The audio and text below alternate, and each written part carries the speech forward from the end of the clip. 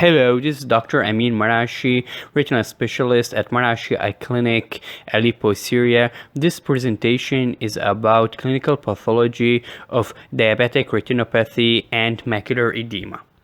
It is essential to understand the underlying pathological mechanisms in order to individualize treatment, as diabetic retinopathy and macular edema is a multifactorial complex disease. A lot of agents or procedures are available for targeting various pathological mechanisms, such as vascular endothelial growth factor, inflammatory, or vitreomacular abnormalities. However, optimum treatment results can be achieved by using the right agent or procedure at the right place. Diabetic retinopathy and macular edema is multifactorial complex disease. Vascular endothelial growth factor can play a central role in non-chronic diabetic macular edema pathogenesis, and vascular endothelial growth factor blockade agents may improve vision, where in chronic diabetic macular edema, inflammatory cytokines are the main driver of edema, and intravitreal steroids may result in edema resolution. However, vascular element is not always the cause of macular thickening, and visual loss from non-vascular elements such as vitreomacular abnormalities, which needs to be managed surgically, while diabetic retinopathy can be non-proliferative or proliferative in the presence of neovascularization, which they managed by panretinal laser photocoagulation, and proliferation can complicate into tractional retinal detachment and vitreous hemorrhage, which may require surgical management in certain cases.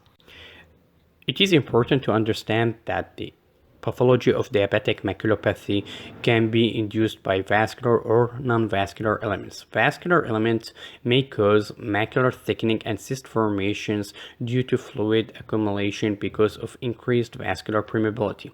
As a result, in inner blood barrier breakdown after loss of pericytes and thickened basement membrane induced by hyperglycemia. This process is governed by multiple and complex factors and mechanisms such as vascular, inflammatory, and biochemical.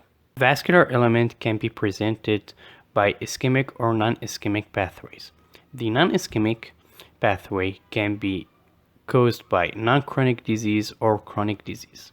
The non-chronic disease is early course of diabetic macular edema, causes vascular dysfunction and acute inflammation. Main pathological factor is vascular endothelial growth factor, which responds well to vascular endothelial growth factor blockade agents, while chronic disease is a long-standing diabetic macular edema, causes chronic inflammation, neural tissue damage, and diffuse leakage. Main pathological factor is inflammatory cytokines, which may respond well to intravitreal steroids.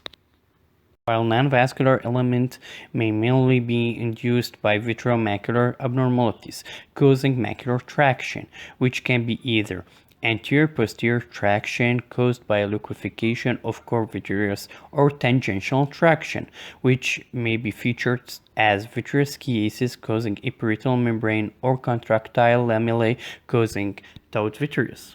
When diabetic macular edema starts to develop, the main mechanism is vascular dysfunction and acute inflammation, causing hypoxia, and thus governed by upregulated vascular endothelial growth factor and other inflammatory cytokines such as interleukin 1b, interleukin 6, interleukin 8, and MCP1. Where in non-chronic disease, VEGF can play a major role in pathogenesis, and targeting it by VEGF blockade agents can cause macular edema resolution. VEGF can be targeted by blocking the VEGF receptor using monoclonal antibodies such as ranibizumab or bevacizumab, which they inhibit VEGF-A isoforms, or by trapping VEGF using fusion proteins such as aflibercept, zif-aflibercept, or conpercept, which they inhibit VEGF-A, VEGF-B isoforms, and PIGF. Clinical trials have evaluated the safety and efficacy of intravitreal VEGF blockade agents for diabetic macular edema and compared it head-to-head with other treatment modalities such as laser and steroids. The main outcome of these clinical trials is the following. VEGF blockade agents are safe and effective to use for diabetic macular edema. VEGF blockade agents are superior to laser treatment alone and to steroids in a long-term follow-up. There is no much difference in visual outcome when combining intravitreal VEGF blockade agents with laser treatment in contrast to intravitreal VEGF blockade agents alone. Patients with central diabetic macular edema that received intravitreal VEGF blockade agents as deferred treatment didn't gain visual benefits as those who received VEGF blockade agents at baseline, maybe due to permanent functional damage or diabetic macular edema has adopted chronic course. Patients may benefit equally to all VEGF blockade agents when best-corrected visual acuity is good at baseline, where aflibercept showed more efficacy in the first 12 months follow-up when best-corrected visual acuity is worse at baseline.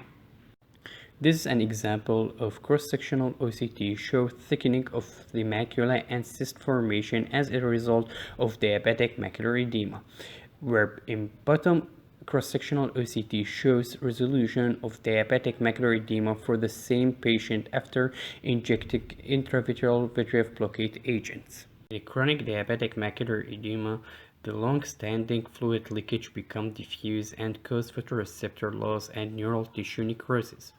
Inflammation is governed by mediators such as tissue necrosis factor alpha, interleukins 1b, 6, and 8, where vascular endothelial growth factor may not play a significant role and thus explain the poor response to intravitreal VEGF blockade agents in chronic diabetic macular edema.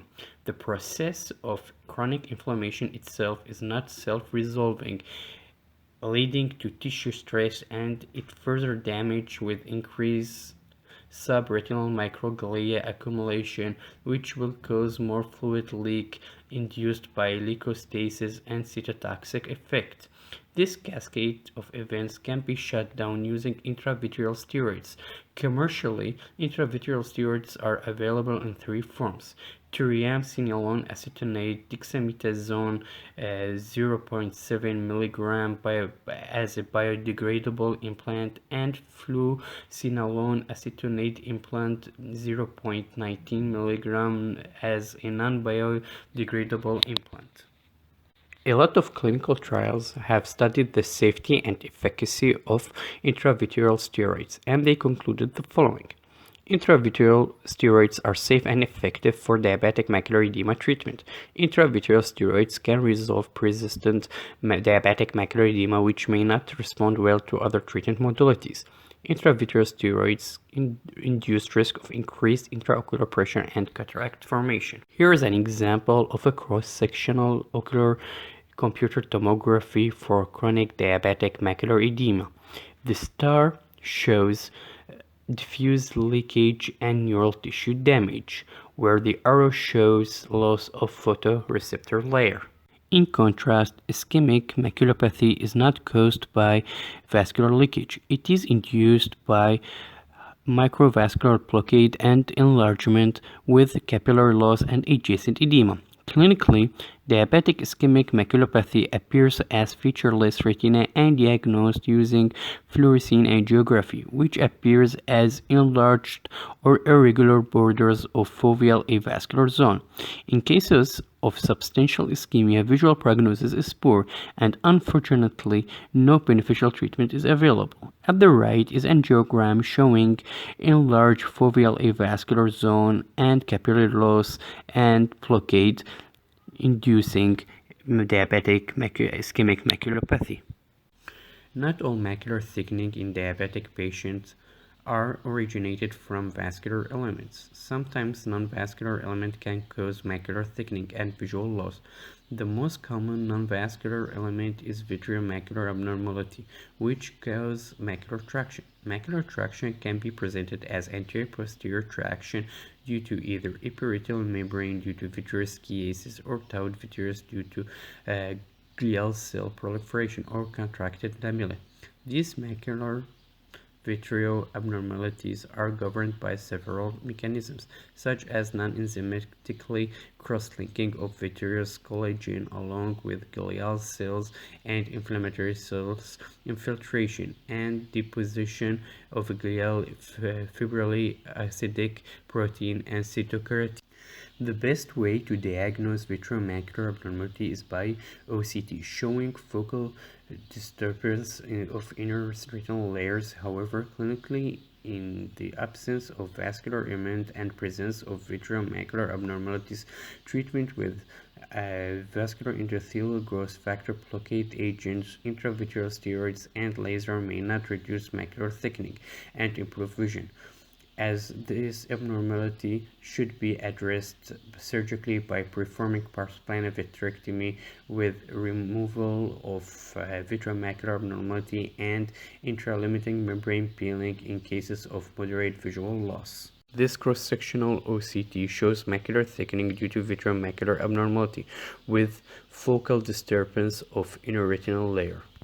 In conclusion, the pathology of diabetic macular edema is multifactorial, and understanding the involving factors is important to individualize the treatment for every patient by targeting the underlying mechanism. Sometimes the one of or more mechanisms are involving, and sometimes the pathology changes the mechanism from one form to another. Diabetic macular edema can be caused by vascular or non-vascular element, and the vascular element can be ischemic or non-ischemic, where non-ischemic can be either non-chronic course or chronic course.